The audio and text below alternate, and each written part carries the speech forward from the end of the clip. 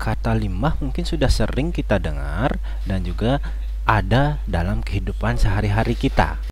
Nah, dalam limbah pun kita tahu bahwa ada limbah yang berbahaya untuk lingkungan yang juga disebut sebagai limbah B3.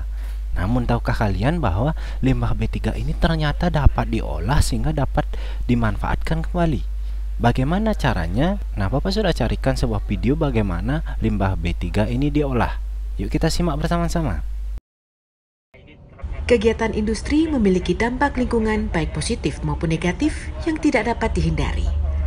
Salah satu dampak negatif industri adalah limbah bahan beracun dan berbahaya atau disebut B3. Limbah B3 tidak hanya berbahaya bagi manusia, tetapi juga bagi ekosistem alam seperti tumbuhan dan hewan. Berdasarkan data dari Kementerian Lingkungan Hidup dan Kehutanan, pada tahun 2021, tercatat lebih dari puluhan juta ton sampah yang dihasilkan dari limbah B3, yang terbagi atas sektor manufaktur, agroindustri, pertambangan energi dan migas, limbah cair, hingga limbah medis. Di perusahaan PT Prasada Pamuna Limbah Industri (PPLI), limbah berbahaya B3 dari hasil industri itu diolah dan didaur ulang dengan standar dan prosedur yang sesuai agar tidak mencemari lingkungan. Public Relations Manager PT PPLI Arum Tripusposari mengatakan, perharinya ratusan ton limbah B3 yang berasal dari seluruh industri di Indonesia diolah di kawasan seluas 60 hektar yang terletak di Bogor, Jawa Barat.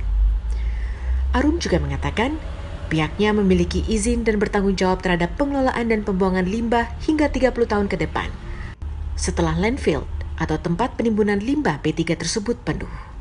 Sehingga dijamin pengolahan limbah industri yang dikerjakan pihaknya tidak mencemari lingkungan.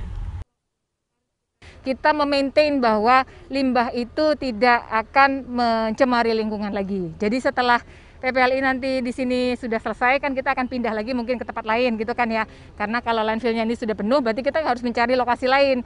Nah, setelah PPLI ini sudah tertutup, semua sudah habis semua kapasitasnya, kita akan protect pelanggan-pelanggan kita itu 30 tahun kemudian. Jadi kita menggaransi bahwa limbah-limbah mereka itu tidak akan mencemari lingkungan. Adapun pengolahan dimulai dari pemeriksaan berkas limbah, mulai dari berat, jenis limbah, hingga pengambilan sampel yang dibawa ke laboratorium untuk mengetahui kandungan dan material limbah, sehingga bisa dipilah untuk masuk menuju proses pengolahan yang tepat. Hasil laboratorium itu menjadi proses penting untuk limbah masuk ke dalam proses selanjutnya, yakni stabilitas, di mana pada proses ini limbah-limbah bekas B3 dikeraskan untuk mematikan bahan berbahaya pada limbah sehingga menjadi steril. Setelah steril, limbah tersebut akan dipindahkan ke tempat penimbunan dengan kedalaman minimal 10 meter dan memiliki tumpukan limbah maksimal setinggi 25 meter dengan kapasitas 100.000 hingga 160.000 ton. Kemudian, pada proses penimbunan ini, limbah akan menghasilkan air lindi sampah. Air lindi sampah dialirkan melalui pipa-pipa yang berada pada tumpukan limbah dan diolah dengan evaporator atau melalui proses uap dengan instalasi pengelolaan air limbah.